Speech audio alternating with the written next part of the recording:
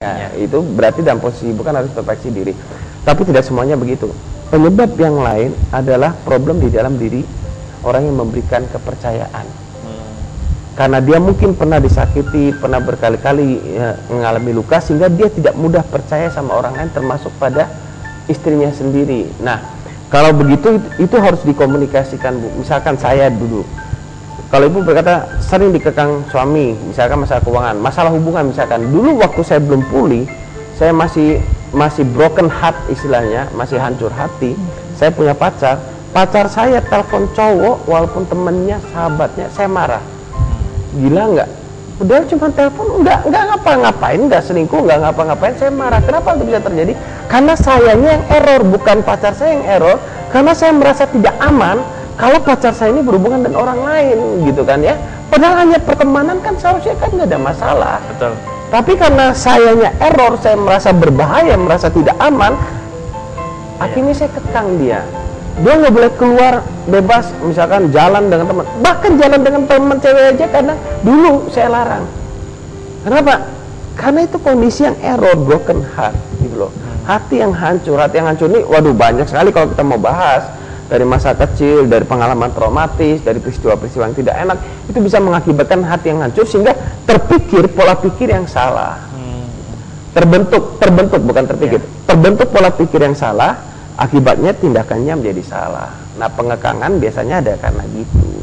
Ya. Nah, seperti kasus ini, istri ini gimana Pak seharusnya yang dilakukan? Lebih bagus kita ketemu, kalau misalkan ibu nanti pengen ketemu dengan narasumber wanita, kita ada narasumber wanita biar sama-sama enak misalkan, atau mau ngobrol bareng juga boleh lah, kita bebas saja kok. Dan semua layanan ini diberikan nilai semuanya free, sama sekali nol. Baik Anda menyaksikan ini maupun di darat semua nol, tidak ada biaya sama sekali. Ya. SMS selanjutnya dari 8262. Pak, saya sudah 20 tahun berumah tangga, tapi suami saya selalu pulang malam dengan mabukan. Dia nggak pernah mengerti saya udah nggak tahan. Kasih solusinya. Iya, ibu, masalahnya saya tidak tahu suami ibu mabuk semenjak masa muda sebelum menikah, atau hanya setelah menikah baru ibu komplain, kan gitu ya. Seharusnya kalau dia mabuknya sebelum menikah, ya ibu mau menikah dengan dia, ya ibu seharusnya sudah siap dengan resiko ini. Nah, cuman saya tidak mau terlalu dalam di sana. Cuman yang saya maksudkan begini, anggaplah suami ibu ini waktu setelah ibu menikah baru dia mabuk-mabukan dan segala macam. Berarti kalau orang sampai mabuk-mabukan, dalam dirinya dia sedang mengalami sesuatu yang sakit dalam hatinya, sesuatu yang error kadang-kadang. Kenapa? Kadang orang mabuk-mabukan tuh karena mencari pelarian. Kadang orang mabuk-mabukan tuh karena pengakuan akan teman. Oh, kamu kok nggak berani minum? Oh, bukan laki-laki kamu, dan segala macam mengalami penghinaan, dan dia nggak mau dihina, nggak mau diremehkan. Kadang butuh pengakuan, dan berarti itu ada sesuatu yang butuh perhatian khusus di dalamnya. Nah, maksud saya begini, anggap saja secara sederhana suami ibu ini sedang sakit. Orang sakit itu nggak bisa diajak main sepak bola, apalagi lagi diinfus main sepak bola, nggak mungkin dong. Nah, jangan mengharapkan suami ibu seperti orang sehat terlebih dahulu. Orang sakit yang dibutuhkan adalah perhatian dan kasih sayang dan pengertian dari kita, untuk kita mengerti, oh kamu sedang sakit. Kadang orang sakit mau minum obat, ayolah sayang, kita sama-sama kan, nanti kita mau gini, minum obat dan segala macam. Itu kan cara orang ngerayu. Nah, buat suami ibu saran saya, tetap berikan perhatian yang terbaik.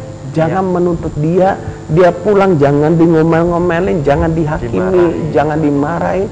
Semakin ibu memarahin dia, semakin ibu dengan suami akan terjadi gap. Ada jurang pemisah. Kenapa? Karena suami itu paling nggak bisa terima kalau tidak dihargai oleh istri, tidak dihargai, tidak dimengerti. Sama dengan wanita juga kan begitu. Jadi sebenarnya laki-laki sama perempuan juga begitu. Tapi begitu kita kasih penghargaan, kita menghargai, kita menghormati, gitu kan ya, baru kita ajak ngomong baik. Dia sudah tabung kasihnya sudah penuh, sudah cukup. Kita memberikan kasih sayang kepada dia, tentunya pasti kasih yang pertama dari Tuhan atas suami. Kita harus berdoa juga. Cuma masalahnya dari sisi tindakannya adalah berikan perhatian yang terbaik. Maka waktu dia menerima cinta yang murni dari ibu mengarahkan bersama-sama, oh itu akan enak, gitu kan. Contoh sederhana begini, seorang laki-laki tidak selingkuh karena takut ketahuan sama suaminya, kan bisa ya? Sama istrinya. Sama istrinya. Seorang laki-laki tidak selingkuh karena takut ketahuan sama istrinya, takut rumah tangganya pecah, akibatnya dia tidak selingkuh, bisa nggak? Bisa. Tapi kalau pasangan suami istri ini saling mencintai, suami ini mungkin tidak selingkuh. Tidak mungkin. Sangat mencintai loh. Iya. Gak mungkin kan kalau hubungan indah, jangankan mau selingkuh, terpikir selingkuh aja nggak. Karena sangat cinta Pak ya. Karena cinta itu yang bisa membuat orang tuh gimana ya? Kadang orang berpikir kan, pokoknya suaminya mau pergi kantor, yang jangan selingkuh ya, jangan selingkuh ya. Loh, gimana sih? Ini mengingatkan dirinya bahwa mencintai suaminya, atau mengingatkan jangan selingkuh, kan gitu? Malah justru selingkuh. Seharusnya kan suami mau pergi kantor, oh sama kerja sayang, aku pasti merindukanmu, kau suamiku yang terbaik, berikan pujian. Jadi dia akan cepat pulang gitu loh. Bukan pergi, ya udah sana pergi cari lagi wanita lain. Dia pergi beneran dia. Tapi kalau diberikan kasih sayang, suami merasakan cinta, istri merasakan cinta dalam rumah tangga. Wow, benar-benar keindahan dalam rumah tangga tuh terjadi. Saya kok semangat sekali. Oke. Ibu Yeni mungkin lebih semangat lagi. Assalamualaikum Bapak Ibu. Waalaikumsalam.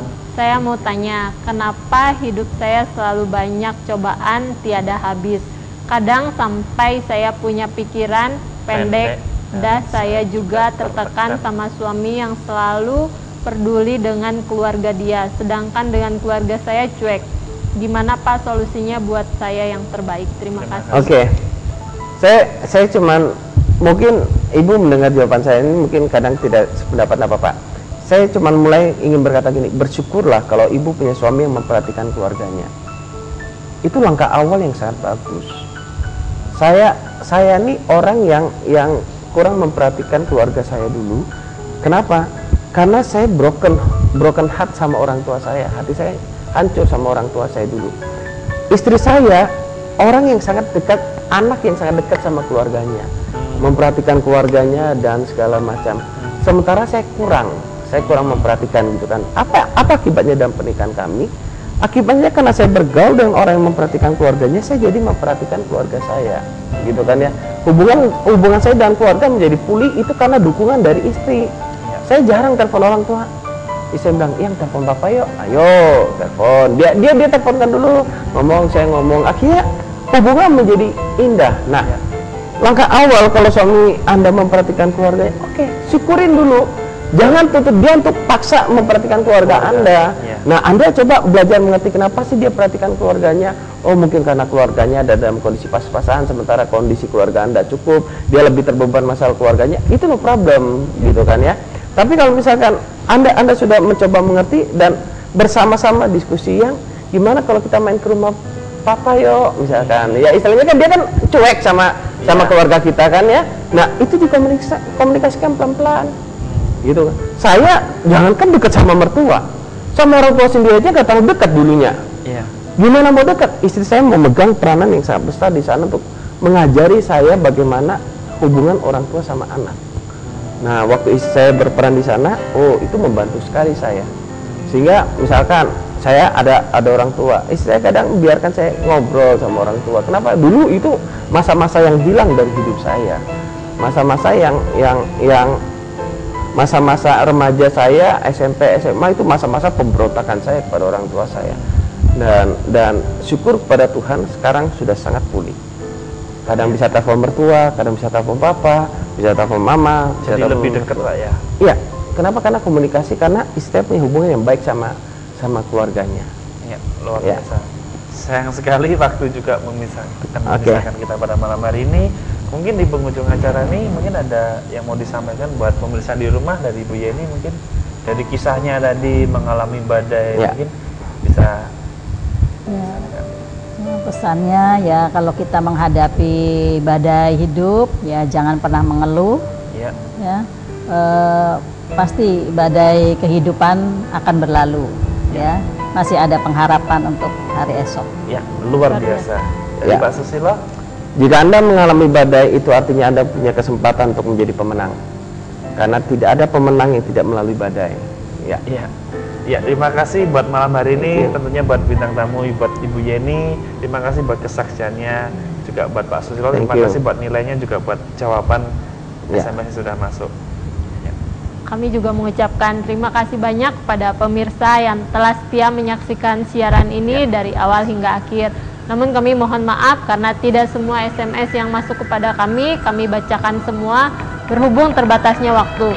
Namun bila pemirsa masih tetap ingin mendapat jawaban secara langsung dari narasumber kami, Anda dapat menghubunginya secara langsung melalui telepon tetap di nomor yang sama, yaitu di 0819 081 74 kali 1.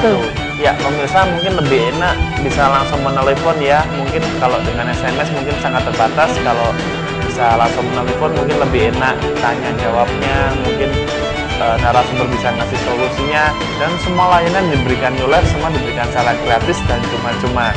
Jadi pemirsa bisa langsung menghubungi tetap di nomor 0819 081 74 kali 1. Waktu yang tepat adalah besok pagi, pemirsa.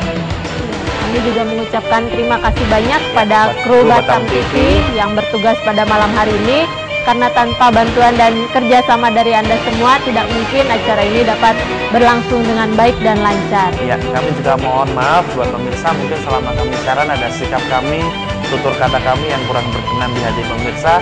Tujuan dari siaran New Life ini supaya kehidupan kita menjadi lebih baik dan lebih bermakna.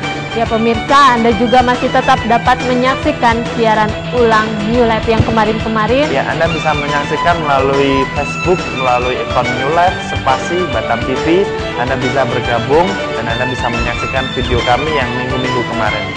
Terima kasih banyak pemirsa, saksikan terus siaran New Life setiap hari Jumat pukul 11 malam hanya di stasiun TV kesayangan kita semua, Batam TV. New Life.